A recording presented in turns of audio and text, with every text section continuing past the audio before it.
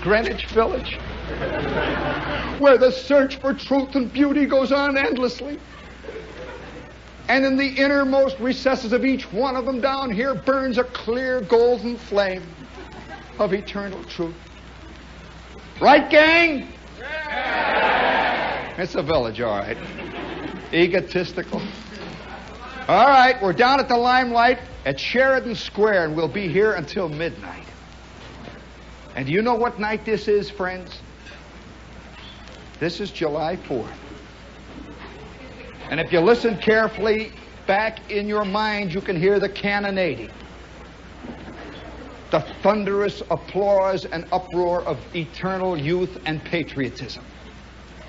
And so tonight, since this is the 188th birthday of the United States, let us all sing the happy birthday song. All ready, gang? All right, let's go. 1, 2, 3. Happy birthday to you. Happy birthday to you. Happy birthday, dear United States of America. Happy birthday to you. Hey! Hey! Hey, good old United States of America. Happy birthday to you. Well, since it is the birthday of the United States of America, I've been listening to the radio today, and I've been trying to figure out what they're doing about the 4th of July, and it's practically nothing. Nobody even says anything about it. Once in a while, they'll play Guy Lombardo playing the Stars and Stripes Forever. You know, that kind of thing. Or they'll say, the Yankees won a doubleheader to celebrate the 4th. Well, I'm going to tell you a very funny thing about the 4th of July. This is not a program tonight of nostalgia. It's a program, I suppose, based on the kind of nuttiness of which patriotism is composed. A kind of a... Patriotism is always somehow coupled with violence. How many times have you watched guys hold a cherry bomb in their hand? A red, white, and blue cherry bomb. They hold it out and they say, watch this, I'll let it go while I'm holding it. Boom! He's there. He's celebrating the 4th. Oh yes, this is a strange nuttiness. And when I was a kid, my father got into the fireworks business. Now, most of you, I'm sure, have watched the fireworks business from a distance, just like we watch the baseball business, show business. But let me tell you something about the inside of the fireworks racket.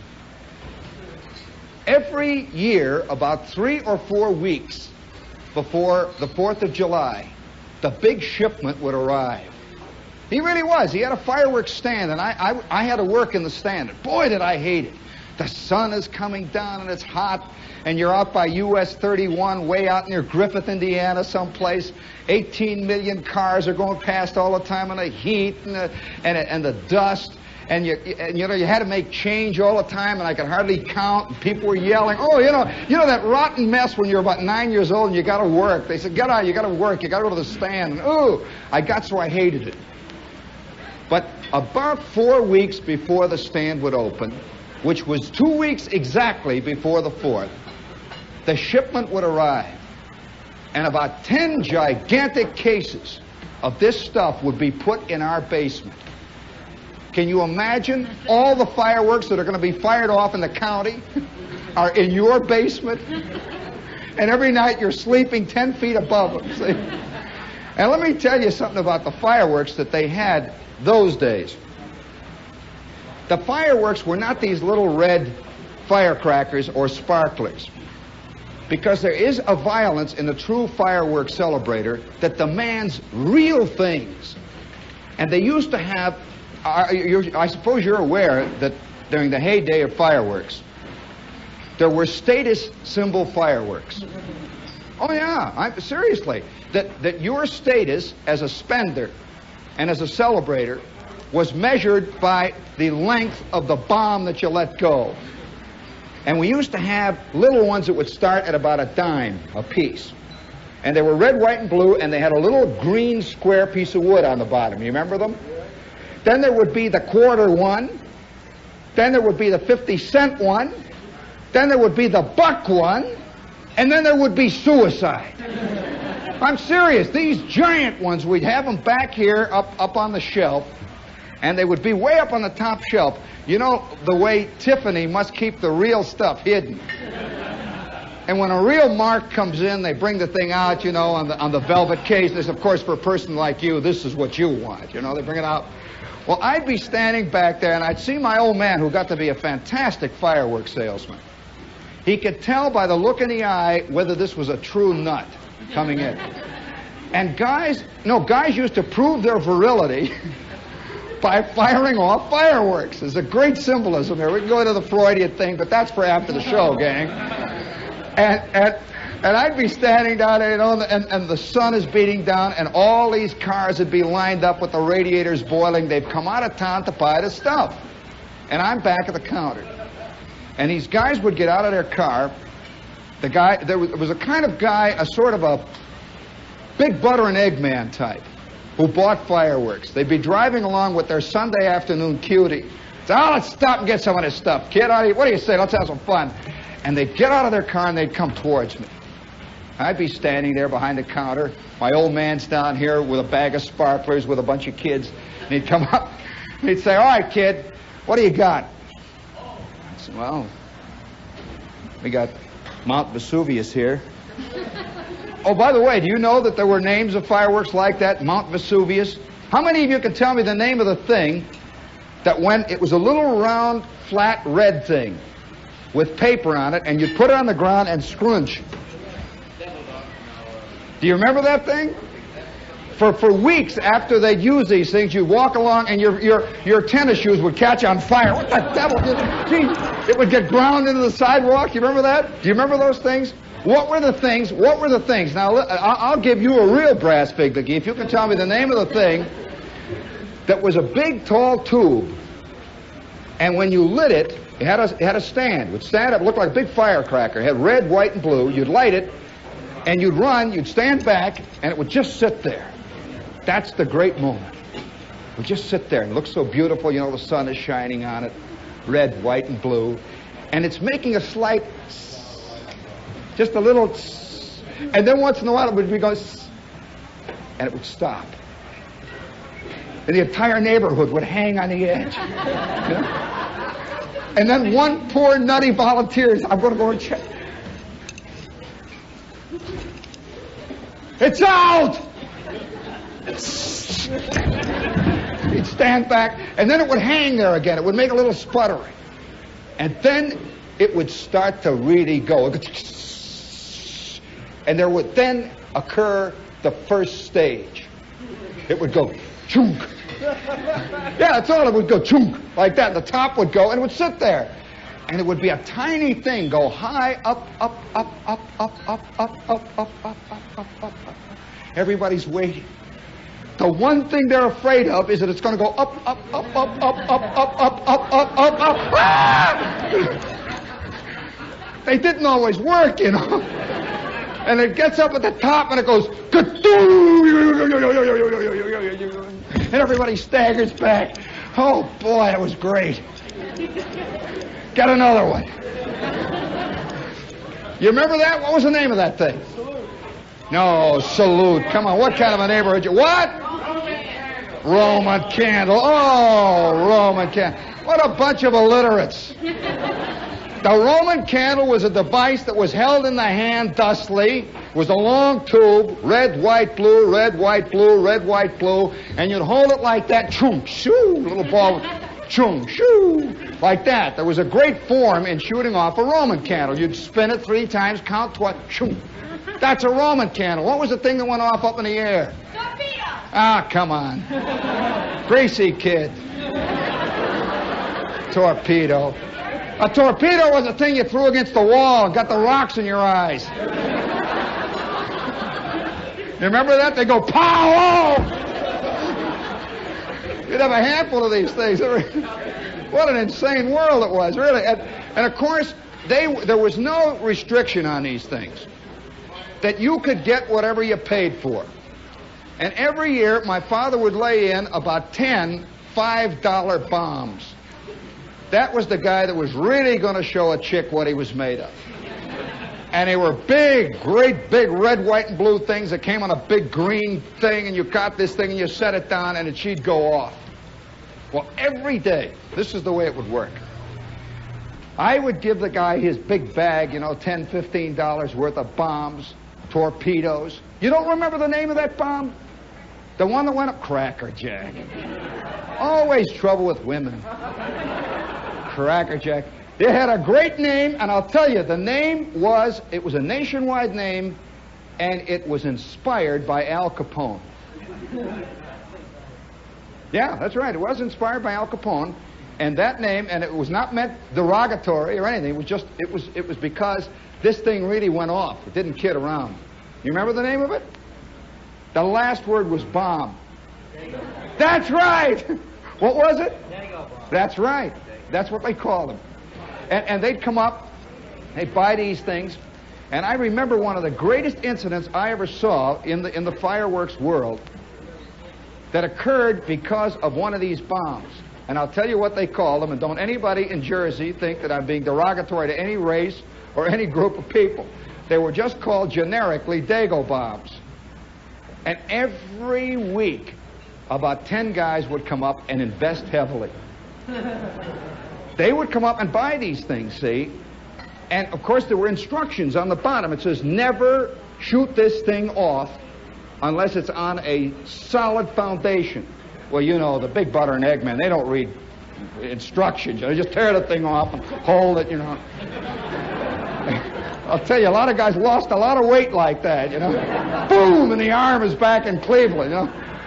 Well, I remember one day, this is exactly what happened. I sell a guy a bag of this stuff, and in the car is sitting the blonde cutie, and she's looking out, hi, little boy, and they wave and all stuff. I say, hi. And the Willie's Night pulls out. It starts down the road with about 6,000 cars in, you know, the big traffic thing on a Sunday afternoon, and I can't believe it. This guy's hand is sticking out of the window. He's got a $3.50 triple-stage Dago bomb, and it's lit. He's going to show her how the Roman candle works. Oh, and I says, hey, Dad, watch. And we see it, and sure enough, boom, this thing goes. And you see this thing bounce across the lawn of a house, up on the front steps, boom, and the screen door flies out.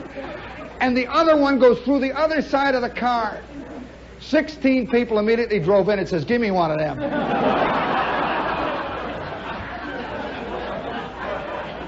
So, oh no, people weren't afraid of violence, you see.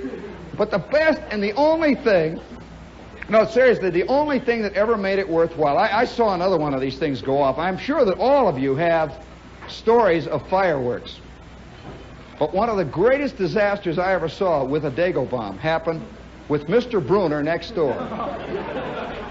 We had a drunk who lived next door who was, he worked, his milieu, his medium was the Depression. You know, there are guys who work in clay, there are guys who work in oil. He worked in the Depression.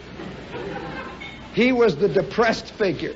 You see, you know those cartoons I used to have, the little man, JQ Public?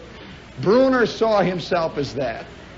And so year after year, Bruner worked at the Roundhouse. He was on the extra board for over 30 years. Now, the extra board means the guy that gets called in when everybody else is sick, don't go to work. And it was a Depression. He would get about 3 or 4 days a year. Not really.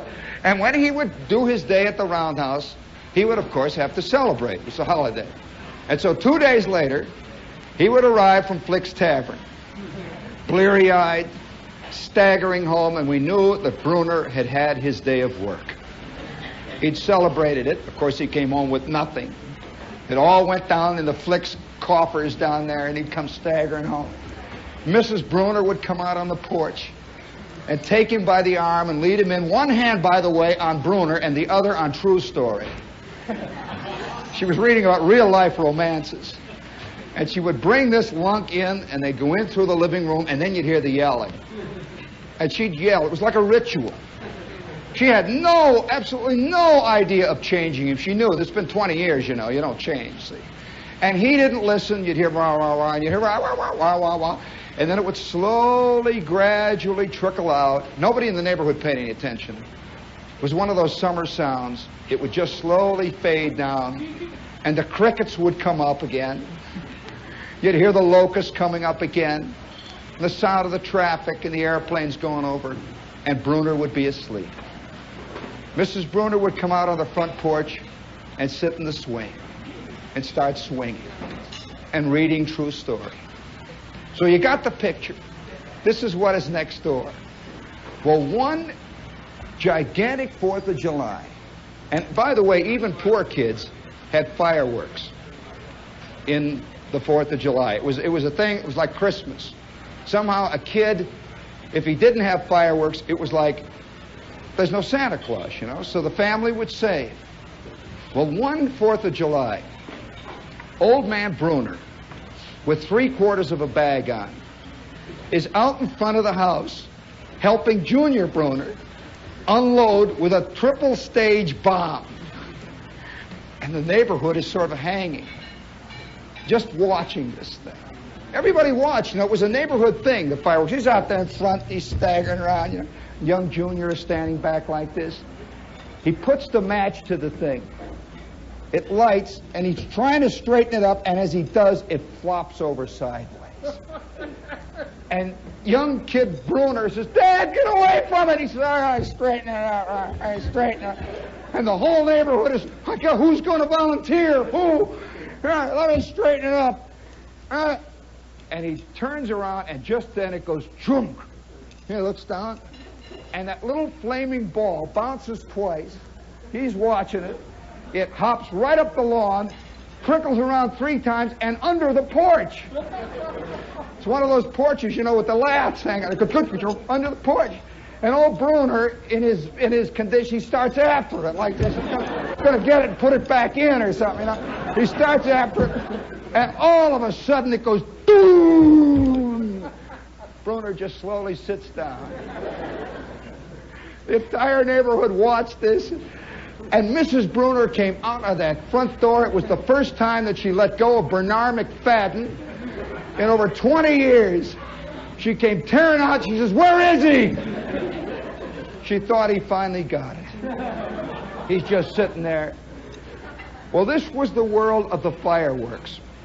Now, I had, because of the fact that my father sold fireworks, it was the only true, honestly true, status symbol that I had. That's a very important thing, you know. It's like if your father is Elston Howard or Mickey Mantle or something, you know. And he had this stuff. And every 4th of July, when the midnight would hit, right at this time, it's in about an hour and a half, we would close by state law, all fireworks stands closed. And we would be left with 3 shelves of the most beautiful stuff you ever saw in your life. Skyrockets, Mount Vesuviuses, the big $2.50 pinwheels, the big 17-ball Roman candles, all the stuff that was left. It was always the big stuff that was left. And we'd load it in a big box, and we'd start driving home with it. Now is the time for our fireworks celebration. And the whole neighborhood would wait. Because this was a steel mill town, there wasn't much more really than a couple of little Roman candles and an occasional sparkler in the neighborhood. And they would watch the big stuff going off way off on the other end of town. You know, boom, you'd see the rich guys celebrating. Boom, the skyrockets. Somebody come out with a little sparkler, you know, hold it up. Celebrating the 4th. Yeah, that's the way it was, you know, celebrating George Washington and Lafayette here, you know, hold it up. Way off there where the dough was, you'd see this big thing going up. Red, white, and blue. Big dollar signs in it, you know, hanging up there in the middle of the air. Well, my father would bring this stuff home. Now, I'm going to tell you a story that is still a legend in that area. And I've told it a couple of times on the air, and I've had several calls from people who witnessed it and who remember it for being true. It's going to sound like I invented it, like it's out of a Jacques Tati movie. But this is exactly what happened. One night, after we had finished work, we're driving home, it's hot. It is exactly midnight on the 4th of July. We're coming back to our little neighborhood, and in the back seat of the Oldsmobile, there was at least $200 worth of high explosive. I mean the real stuff. Red, white, and blue patriotism all there, you know, and ready to go, those fuses. And we're sitting in the front seat. We can hardly wait to get home. The old man has just barely broken even on the stand. See, they're figuring it up. He's made $6 on the last 2 weeks of hell. But that didn't matter. This is what mattered in the back seat, you see. If he didn't have the stand, he wouldn't have had this. My father was a parade man. He was a fireworks man. And the worst year we ever had was the year we sold out. I'm serious. He was disappointed. It was a rotten 4th. You know, we made a lot of dough. We had nothing but a couple of little sparklers left, you know. And that was the end of the 4th. But this one year, we had a ton of this junk. And we're coming back. He's got a big wooden box. And we're tearing like mad to get home through the traffic. We finally get out there, and everybody in the neighborhood starts coming out. You know, they just sort of, first, they don't want to, you know, nobody wants to admit that he's a freebie, you know, even with fireworks, that he's been waiting. They sort of drift out on a porch. You know, they're looking at the lawn, kicking stuff. Midnight, you know, they're getting ready to water stuff, you know. And they're all out there, and the old man, you see, he's down in the, he's down in the front, right next to a big lamppost, one of these big wooden lampposts. He's got his box laid out, and 9 million kids are out there going to watch. And he gets ready to do this business. He's got a pongee shirt on, incidentally. You know what a pongee shirt is?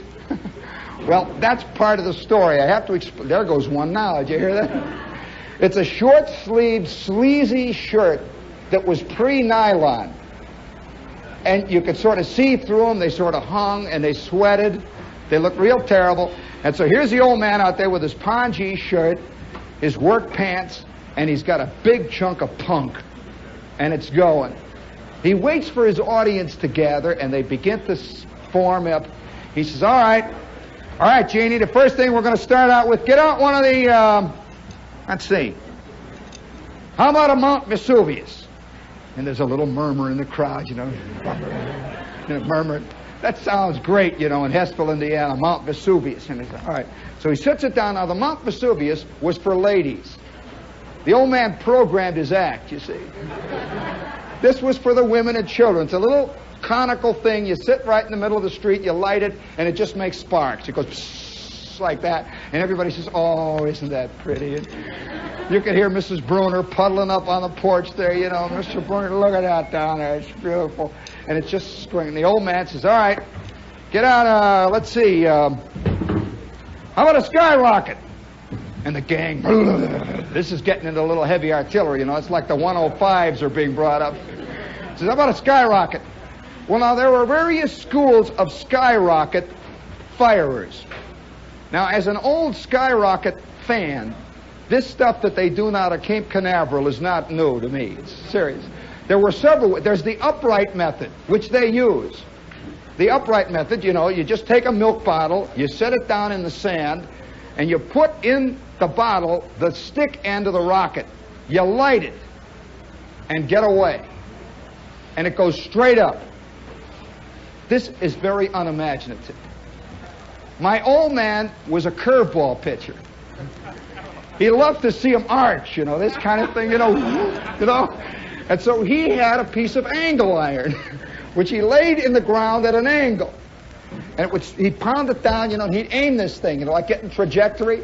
And then he would lay it in there because he had a theory that you'd get more distance on the rockets if you'd lay them at an angle instead of straight up. You see, he was right in a way.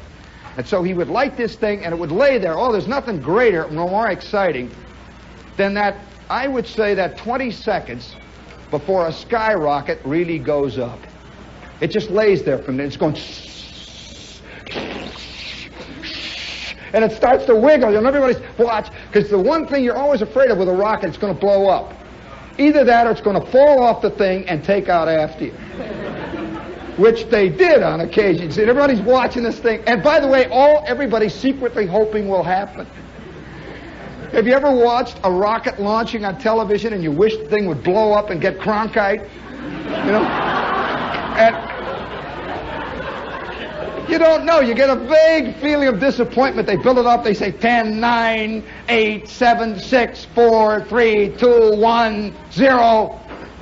And you say, maybe this time. And then it goes, whoop. Oh, well, back to the ball game. And you go back to the Mets, where they really have disaster.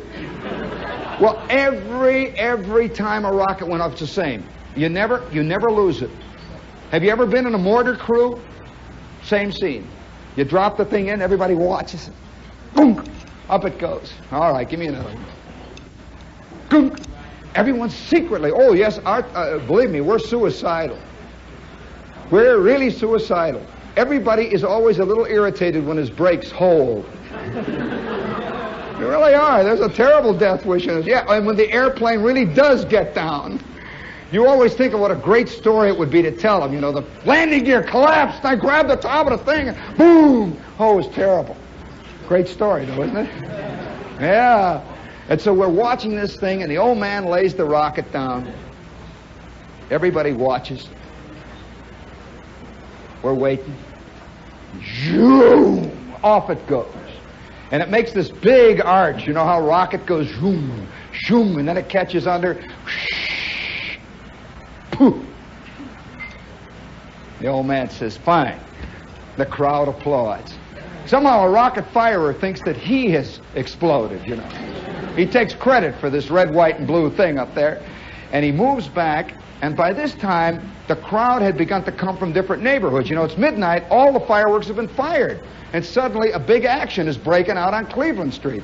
And so they're drifting down, and now there must have been about 250 people just sort of standing around this big box of stuff, and the old man is laying it off. Rockets, Mount Vesuvius, pinwheels, and then he came to the Roman candle. Now, there's an entire mystique of Roman candle firing. Some guys just hold them. You know, like the fat guys at the picnic.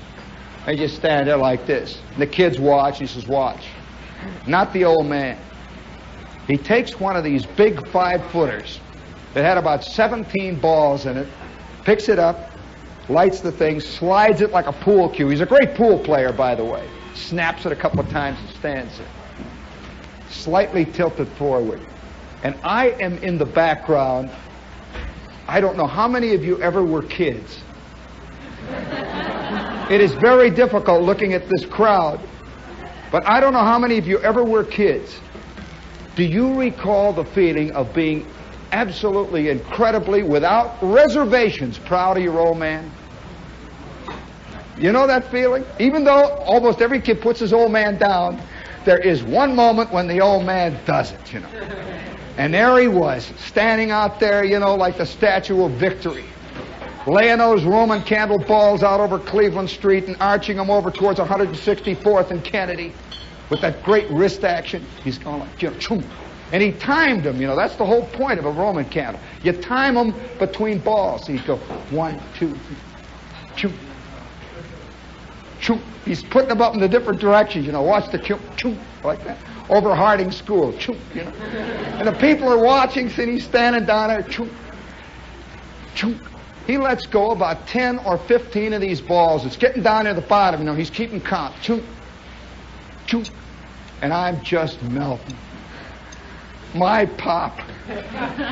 And the kids are all standing there, you know, and all the other fathers are kind of faded down to nothing. They're in the background, you know. There's just these old lawnmower pusher guys, you know, guys that drove milk wagons. My old man was a Roman candle shooter.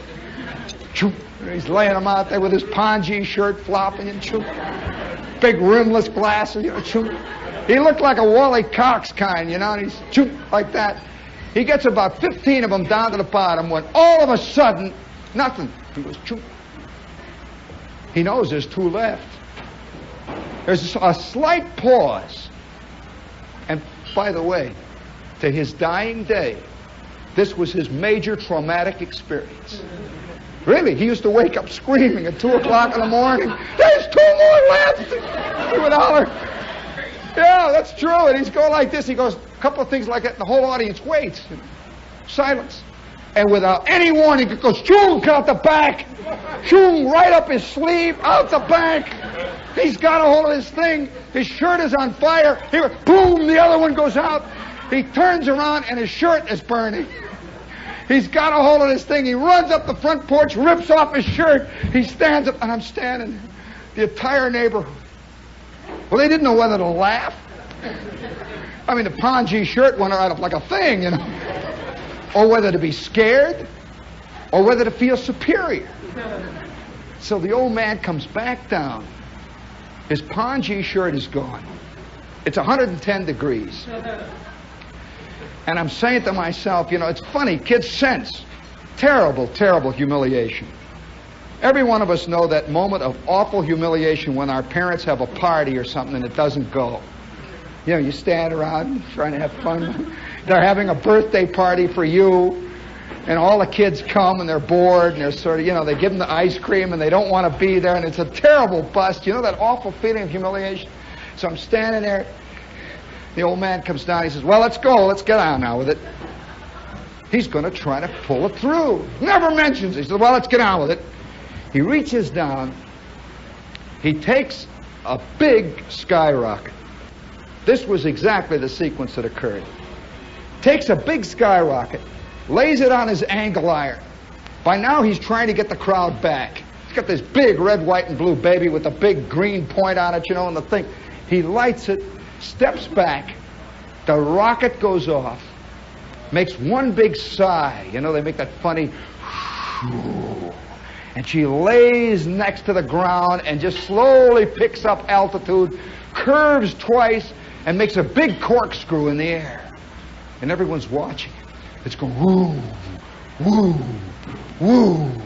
It's going directly towards Roosevelt High School.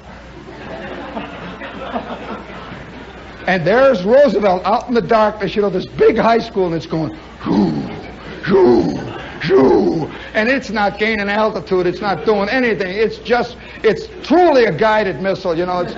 And it goes shoo, shoo. And we're all watching. It took at least an hour to get there. It hit the top of that school building. It was one of those schools, you know, with the flat roof. It sort of hangs. It's got a couple of skylights on it. And it hit a skylight or something on there. It went boom like that, and everything went up. Boom. And for a second, the entire school is outlined. And we're standing there like that. And there's always one sorehead in the neighborhood who calls the cops. In that instant, it just seemed like an instant, you could hear the sirens coming. And you see something flickering on the top of Roosevelt High School. The entire neighborhood disappeared, like that, you know. They're all in the house, you know, they're reading, they're reading the radio. The whole neighborhood is underground, the fuzz is coming, you know. Cleveland Street blew up Roosevelt High, you know. And we're all down, and the old man is getting the stuff. And he says, "Hurry up, get the stuff, will you? Get it, come on." All pretense is gone. He says, "Get the stuff, quick!" And you can hear, woo, and the sparks are going over there, woo, get the stuff, get the stuff. We're running in. We get it in the front bedroom. He hides it under the daybed. It's like Al Capone with 7,000 gallons of raw scotch, you know. He's hiding it under the daybed. What do? You can't throw it in the furnace. What are you going to do? He's hiding it. And the sirens are coming down.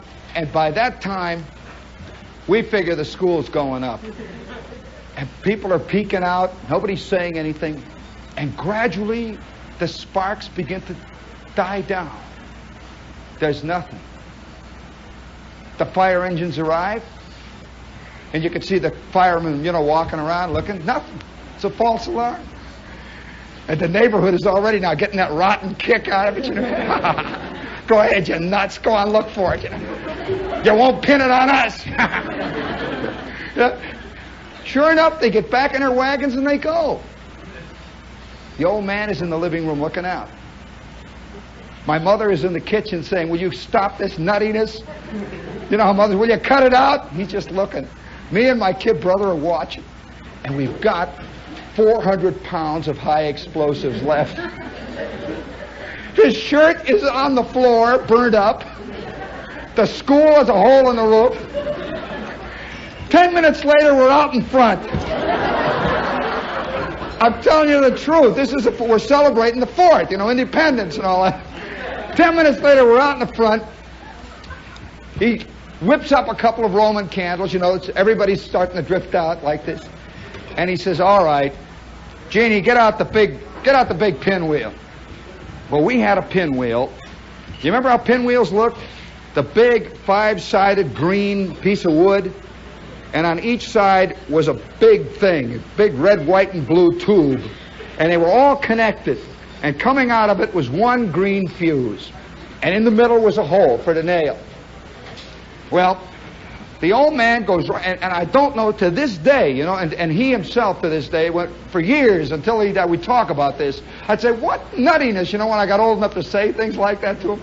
I'd say, Dad, what made you do that anyway? He'd say, well, I don't know, it must have been the excitement or something. I don't know why I did it. Nobody knows why you do things. He said, I don't know. Well, I figured it would work. Right on this big wooden lamppost, we have these big wooden poles, with the lights hanging out. He takes the hammer and puts on the thing. Here it's hanging there. The whole crowd is watching. What is right here underneath? A 400-pound box of high explosives. I don't even have to tell you what happened. He lights the thing and it starts to go. They're great to watch. Everything. In fireworks, there is always the tension of the unexpected. The disaster. Will it work? Will it not? And so this thing starts to go. Big sparks. It's a tremendous wheel. Everybody's saying, oh, that's great. And they're all cheering. And you could see outlined in the darkness, everybody's back to, is this box of fireworks? The old man is 20 feet away. You can't run into the bath of fire. And we're watching. Round and round and round it goes. And then it happened. The first one, you hear a little boom in the box. Boom. Something flies up. And the old man says, get some water, get some water, get some water! And then you see boom, and then ka-choom! Eight skyrockets at once. They ain't got milk bottles, they ain't got angle irons, they just got anger. Choom! They go like that. Woo! Boom! Well, for over a half an hour, the street shook. It was the greatest firework display in the history of Hammond, Indiana. And about 20 minutes into the show, you could hear, woo! Well, by the time they arrived, there was nothing but a smoking mess of rubbish. 3 windows were broken. I'm telling you the story. 4 guys had their cars busted. Stuff went right into it. And everybody in the neighborhood was out applauding. Even the guys whose cars burned up, Hey, watch it. It was great. Speaking of explosions, this is WOR AM at FM, New York, right? What station is it? Oh, geez. Some guy hollered WQXR up there. WBAI, Seriousville. But, this business of fireworks has so many wild ramifications. It really does, and it's hardly ever really been explored as to what it really means, what the whole point of it is, why we did these things. And I saw the other night on a big TV show, big one, I think it was Rip Torn, Combat, and he is throwing grenades. Any of you guys who are in the Army, have you ever wondered how those guys in the movies are so great with grenades? They throw them like tennis balls, and they just sort of boom. They only kill the other guys. Well, I'm going to have to tell you a thing that happened to me on a grenade range. Speaking of high-class fireworks, and since this is the 4th of July, we might as well talk about it. We're all brought up, to think in terms of Van Johnson. Anybody got a grenade? He takes the thing and he goes like this, Boom, there go the Japs. No problem, you see. Little fireworks. It's like throwing your torpedo, kid, you know, no problem. But we get out on the grenade range, and you learn something about yourself and about the nature of man, about patriotism, why we have wars, and some things you don't even want to talk about. The minute you hold one of those pieces of iron in your hand. You ever held a real live, honest to John grenade in your hand with that big handle hanging down there? You ever held one? Or, yeah, you know what I'm talking about, don't you? Sure do. Have you ever hefted in your hand, it's a terrible thing to talk about, but this is the truth. Have you ever held in your hand a .45 service automatic? It weighs about, oh, it feels like 10 pounds. You just hold this thing, you know, you heft it, and somehow you feel 30 feet tall.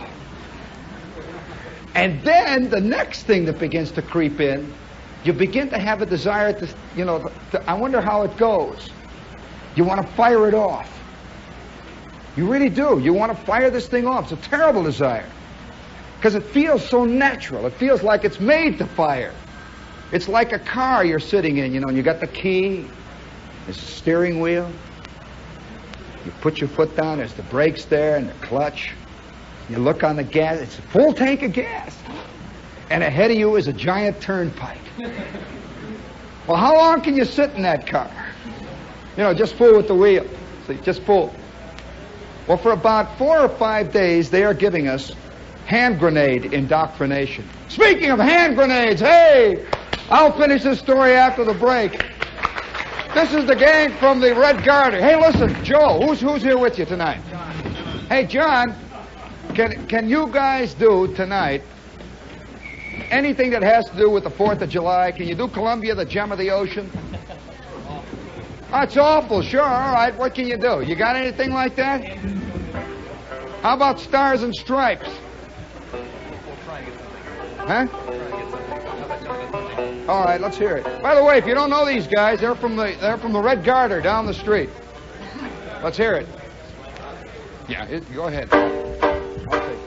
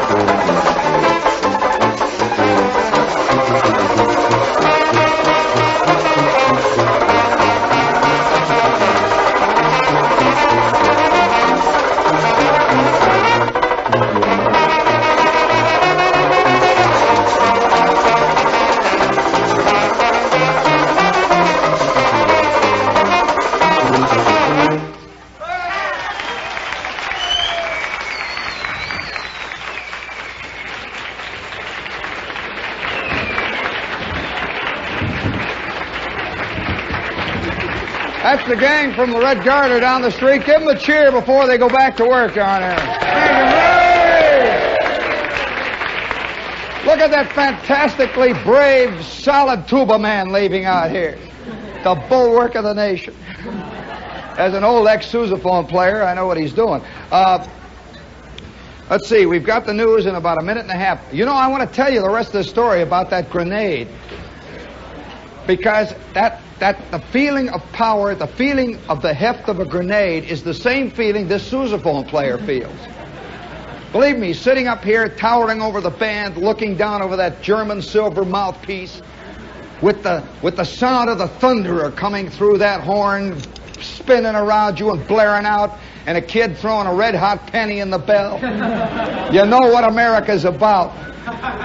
We're down here at we're down here at the Limelight on Sheridan Square in the heart of Greenwich Village. We will be back in exactly 6 minutes. And now a giant symbolic cheer.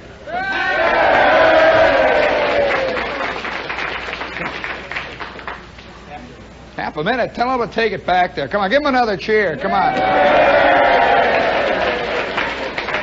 They can give us a little more news. We'll be back in 6 minutes. This is WOR Radio, your station for news. Stay tuned now for Ed Pettit reporting the latest news.